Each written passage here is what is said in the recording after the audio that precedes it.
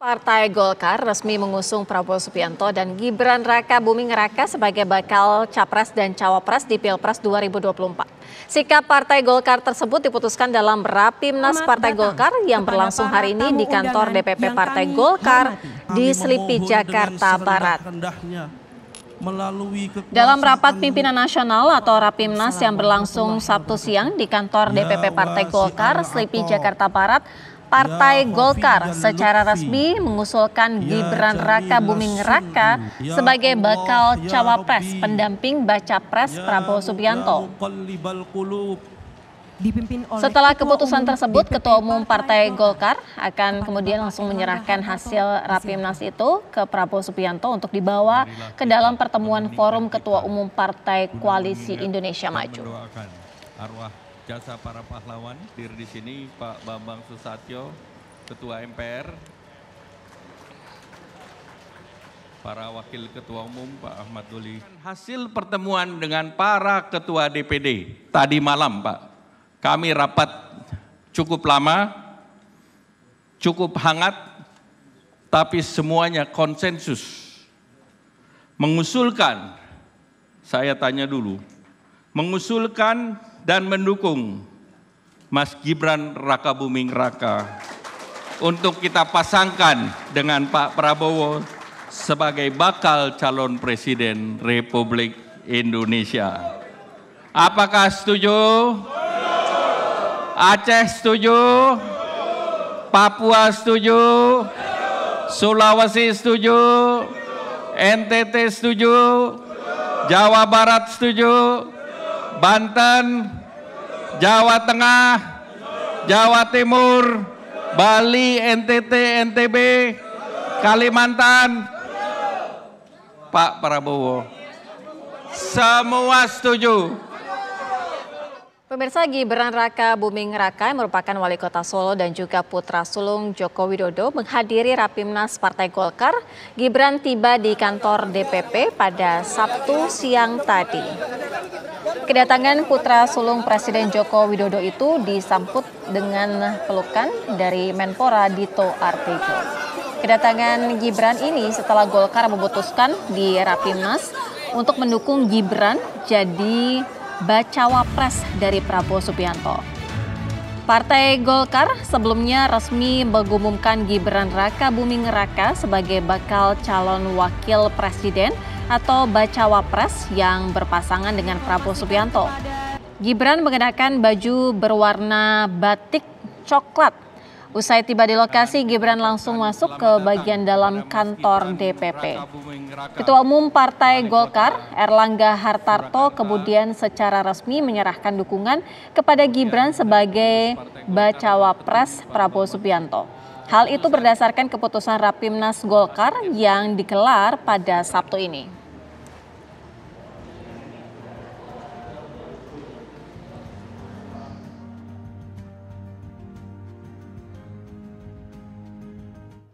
Gibran Rakabuming Raka mengapresiasi hasil putusan Rapimnas Partai Golkar yang mendukung dirinya menjadi bakal cawapres pendamping Prabowo Subianto.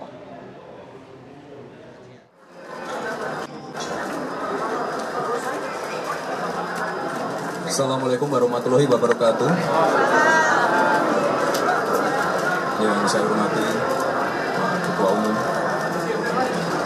keluarga besar Golkar, teman-teman media yang saya hormati, nungguin saya dari pagi ya.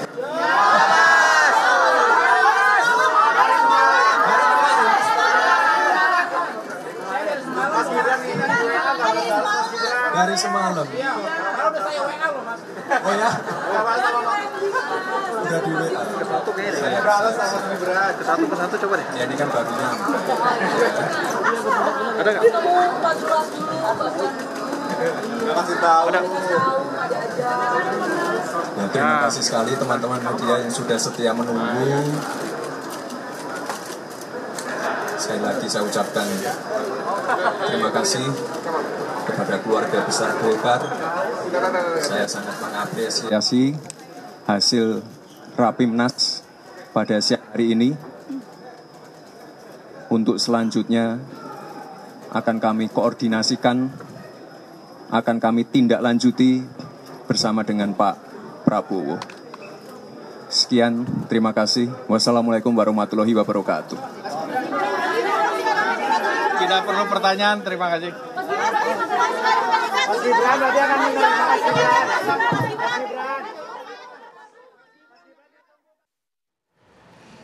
Lalu bagaimana sebenarnya langkah ataupun peluang dari Prabowo Subianto dengan Gibran Raka Buming Raka dalam kontestasi Pilpres 2024? Langsung saja saya mengajak Anda untuk berbincang bersama dengan Hanta Yuda, pengamat politik yang juga merupakan Direktur Eksekutif Poltreking Indonesia. Mas Hanta, selamat sore.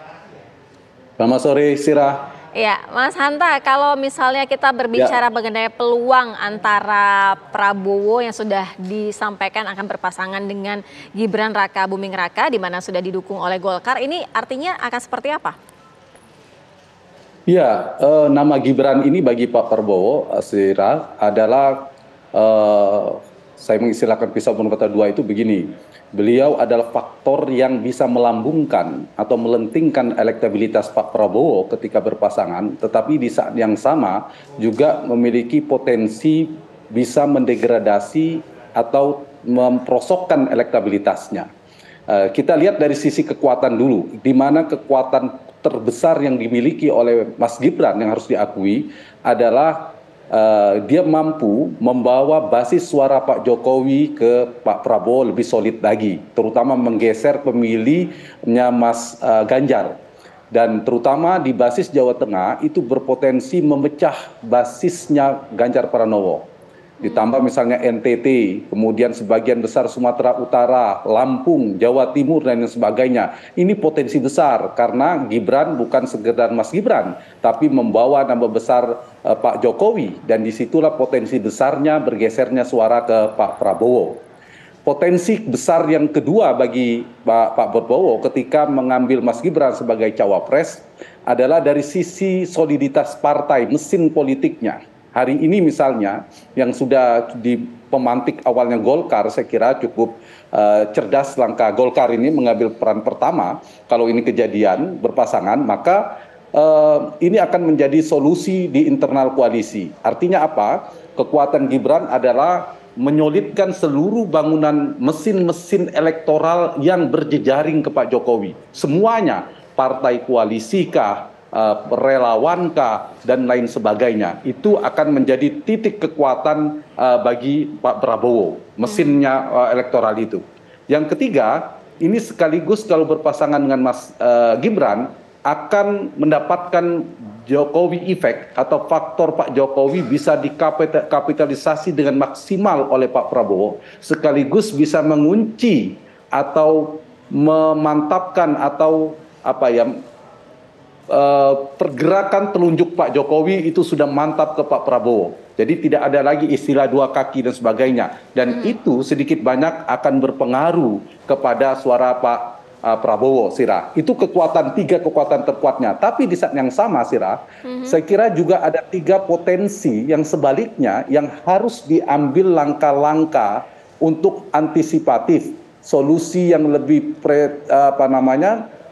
preventif yang harus diambil jika pasangan ini resmi nanti diumumkan. Ini baru diawali dengan Golkar. Satu, ada potensi betul bahwa Gibran berpasangan dengan Pak Prabowo itu akan membawa basis suara Pak Jokowi di Jawa Tengah. Dan kita tahu Pak Prabowo ini posisinya sekarang diuntungkan dalam spektrum politik, berada di tengah. Ada Mas Ganjar, kemudian ada di sebelahnya ada Mas Anies Baswedan.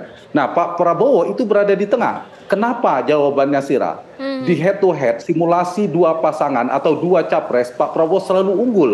Karena kalau simulasinya yang berhadapan Anies dan Ganjar, itu suara Pak Prabowo terbelah sama rata ke Ganjar maupun ke Anies irisannya. Merata relatif. Artinya memang berada di tengah. Tapi begitu Anies yang tidak lolos, maka pemilih Anies lebih banyak ke Prabowo ketimbang ke Ganjar Pranowo. Begitu juga ketika Ganjar tidak lolos di putaran pertama, maka pemilih Ganjar itu mayoritas ke Prabowo, baru ke Anies Baswedan. Inilah yang diuntungkan posisi spektrum politik Pak Prabowo. Nah, ketika Mas Gibran menjadi cawapres Pak Prabowo, ada potensi ya, belum tentu, potensi Pak Prabowo bergeser posisi politiknya lebih ke pojok, terpojokan.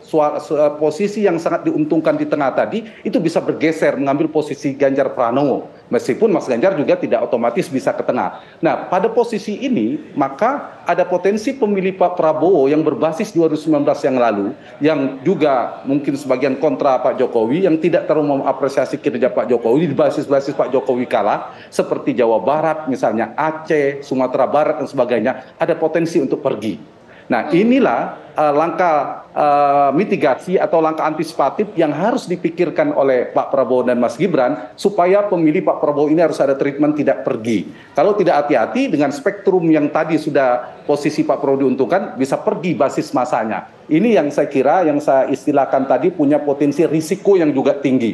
Risiko yang kedua, Sarah, dari sisi koalisi itu bisa juga memicu di mana Pak Prabowo dan Mas Gibran menjadi common enemy, menjadi terkonsolidasinya koalisi yang di luar duanya.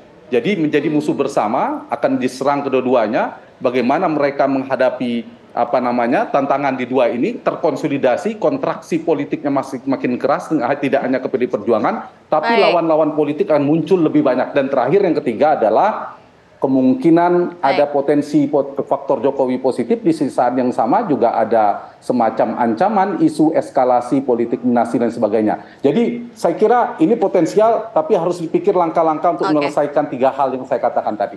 Baik, Mas Hanta. Nanti kita lanjutkan, kita terlebih dahulu mengupdate informasi dari DPP Partai Golkar. Ada rekan kami Zinedine Duhan. Duhan, apa yang menjadi kegiatan saat ini? Ya, Sira dan juga pemirsa, saat ini Rapimnas Partai Golkar yang diselenggarakan di gedung DPP Partai Golkar Selipi, Jakarta Barat ini sedang dilanjutkan.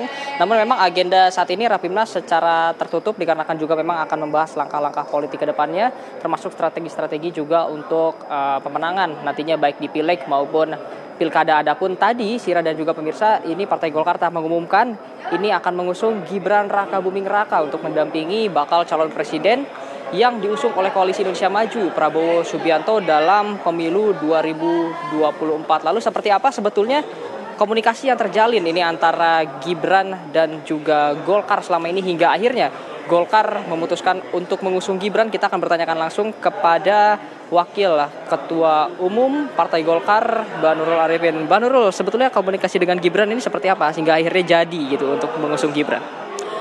Komunikasinya sebenarnya sudah cukup lama ya, karena beberapa kali ada kunjungan juga Bapak Ketua Umum kami ke Solo, kemudian juga ketika ketemu di Jakarta juga mungkin yang tercover ataupun tidak ya.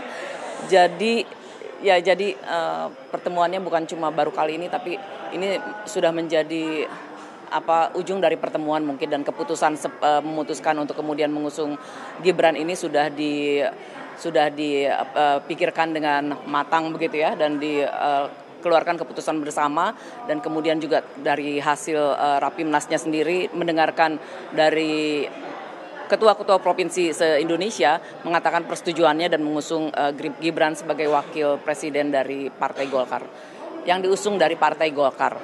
Lalu seperti apa waktu itu reaksi dari mungkin DPD maupun DPP, mengingatkan Gibran ini sebetulnya berada di luar Partai Golkar sebelumnya, akhirnya diusung oleh Partai Golkar? Ya, kami mencoba untuk bisa memformalisasikan itu begitu ya, dan menerima itu begitu, karena dengan berbagai macam pertimbangan, dan kemudian kita menyediakan satu ruang karena Ketua Umum kami Pak Airlangga Hartarto, kita tahu beliau sangat concern sekali dan memberikan ruang seluas-luasnya kepada anak-anak muda begitu ya, dan apa yang yang kemudian dibukakan untuk Mas Gibran ini sudah menjadi keputusan bersama begitu, dan mudah-mudahan ini yang terbaik bagi Partai Golkar.